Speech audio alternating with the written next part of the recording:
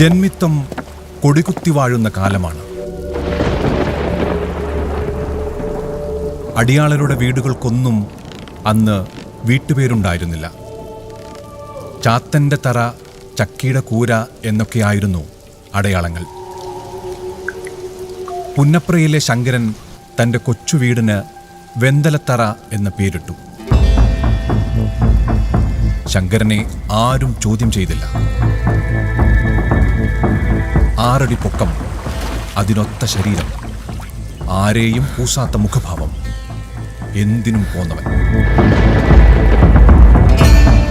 ജന്മിമാർക്ക് പേടിയായിരുന്നു ശങ്കരനെ.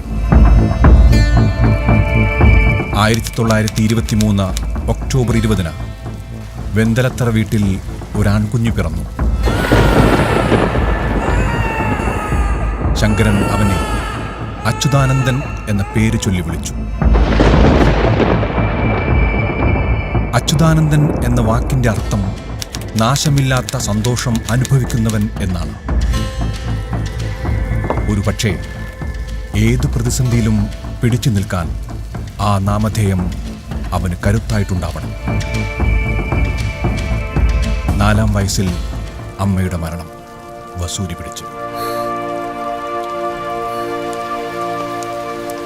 11 അച്ഛനും.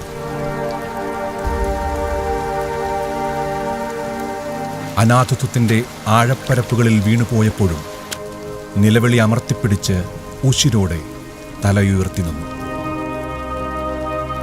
ഭ്രാന്താലയമെന്ന് വിളിപ്പേര് ചാർത്തിയ നാടിനെ നവോത്ഥാന കേരളമാക്കാൻ മുന്നിൽ നിന്ന് പടനയിച്ചു.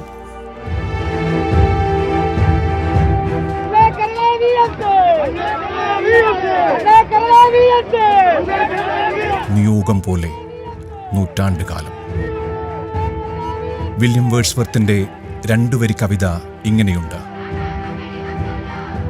ആ സൂര്യോദയത്തിൽ ജീവിക്കുന്നത് തന്നെ പുണ്യമായിരുന്നു, യുവാവായിരിക്കുന്നതോ സ്വർഗതുല്യവും.